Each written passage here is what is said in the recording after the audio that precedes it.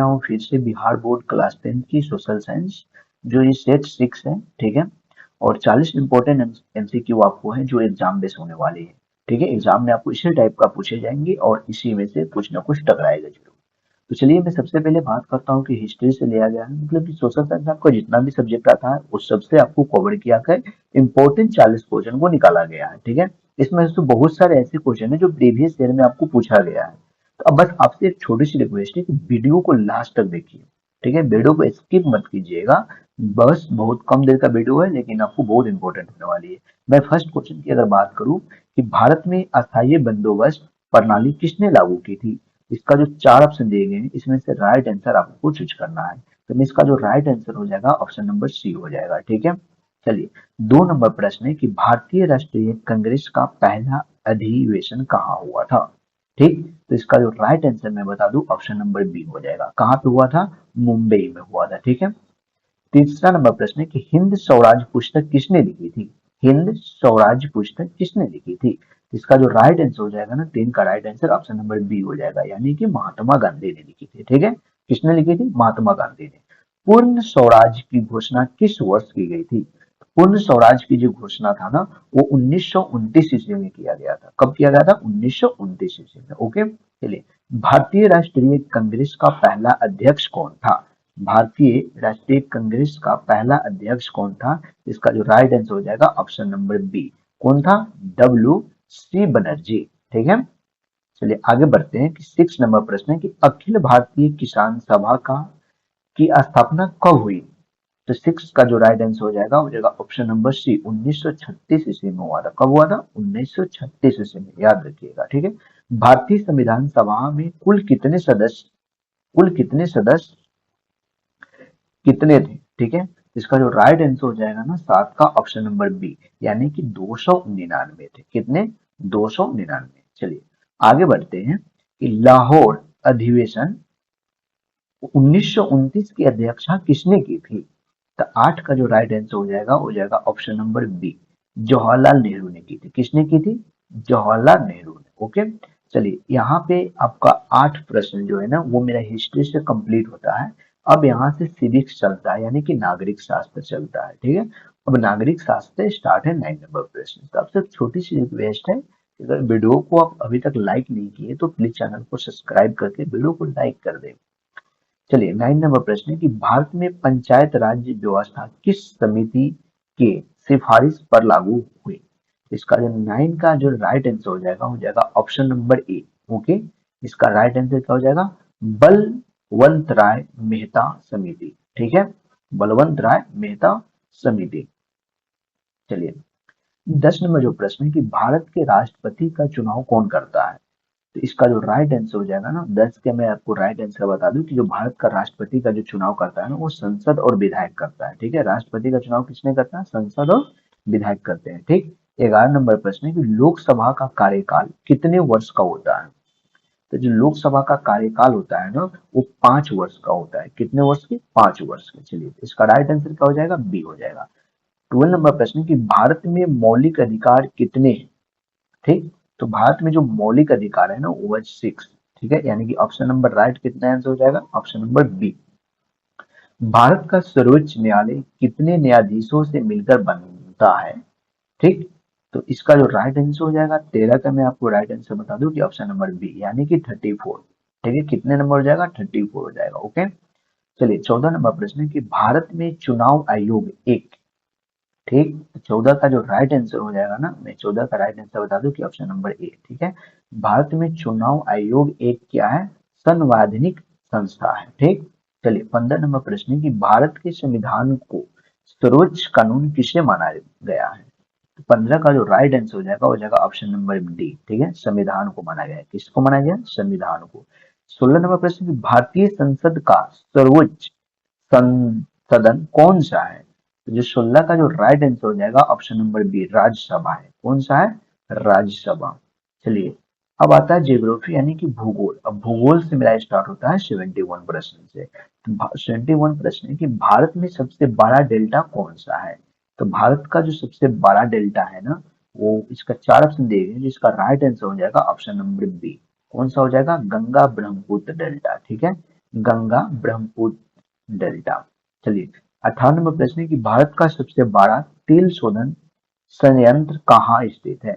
जो तेल शोधन है वो सबसे ज्यादा कहाँ स्थित है। जो 18 का जो है इसका राइट आंसर हो जाएगा बी, जामनगर में। कहाँ पे हो जाएगा, जामनगर में। ओके, चलिए 19 नंबर प्रश्न है कि भारत में सबसे अधिक गेहूं उत्पादन किस राज्य में होता है। तो भारत में जो सबसे ज्यादा गेहूं होता है ना, वो आपको मैं बता दूं कि इसका जो राइट आंसर हो जाएगा option number B, Uttar Pradesh में होगा। ठीक है, ऑप्शन नंबर क्या हो जाएगा, बी, उत्तर प्रदेश यानी कि यूपी में होता है। और चाय पूछा तो असम में होता है। ठीक है, भारत में सबसे बड़ा वन क्षेत्र किस राज्य में है। ठीक, 20 का जो राइट आंसर हो जाएगा मध्य प्रदेश में सबसे बड़ा वन क्षेत्र है। कहाँ पे, तो मध्य प्रदेश में। ओके, चलिए आगे बढ़ते हैं कि काज काजीरंगा राष्ट्रीय उद्यान किसके लिए प्रसिद्ध है।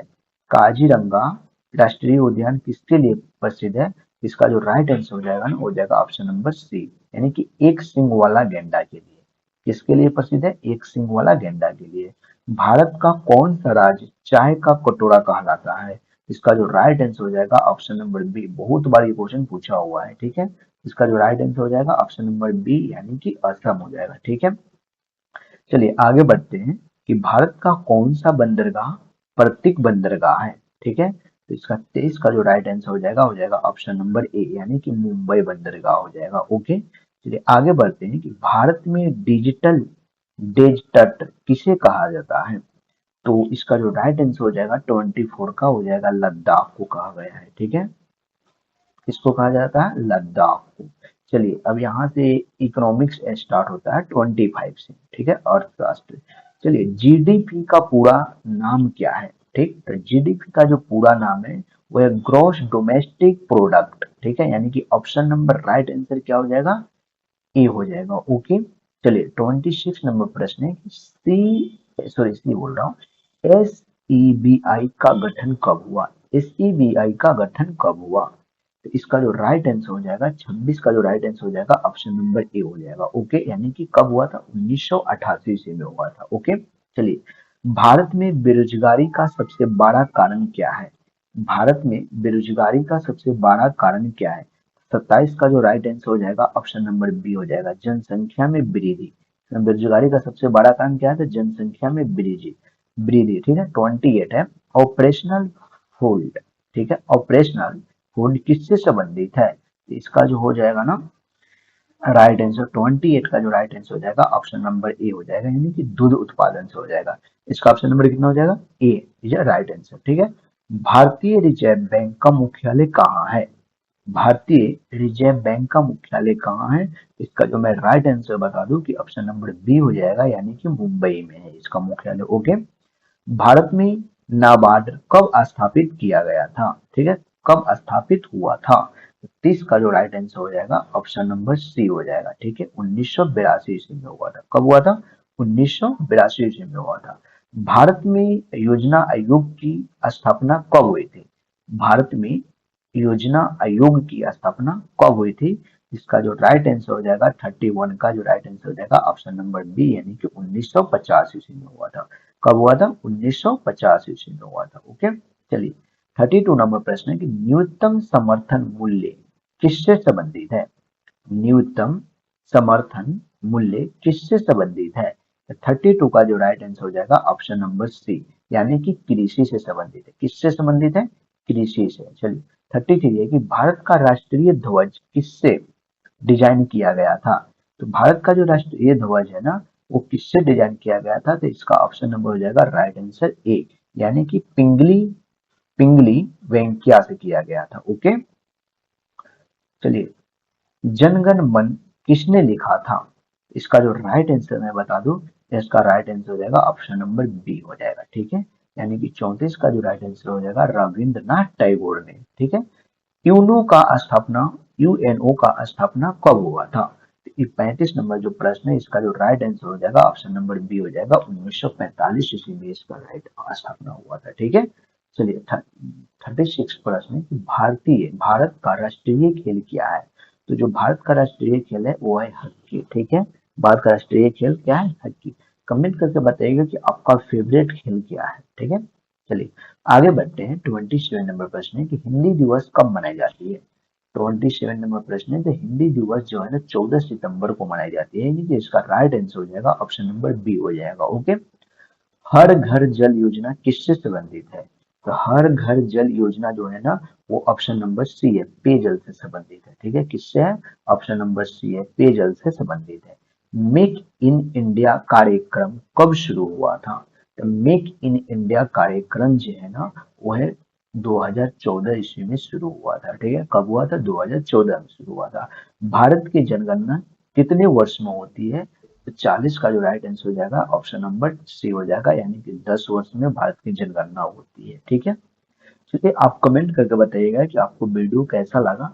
अगर वीडियो अच्छा लगा हो तो प्लीज चैनल को सब्सक्राइब करें और वीडियो को लाइक करें। कमेंट जरूर करें कि आपको वीडियो कैसा लगा। अगर आपको इसका पीडीएफ चाहिए तो आप कमेंट कीजिए। व्हाट्सएप ग्रुप में एक वीडियो का डिस्क्रिप्शन में एक व्हाट्सएप ग्रुप है, लिंक दिया हुआ है, उससे जुड़ जाइए। आपको इस पीडीएफ आपको ग्रुप में मिल जाएगा।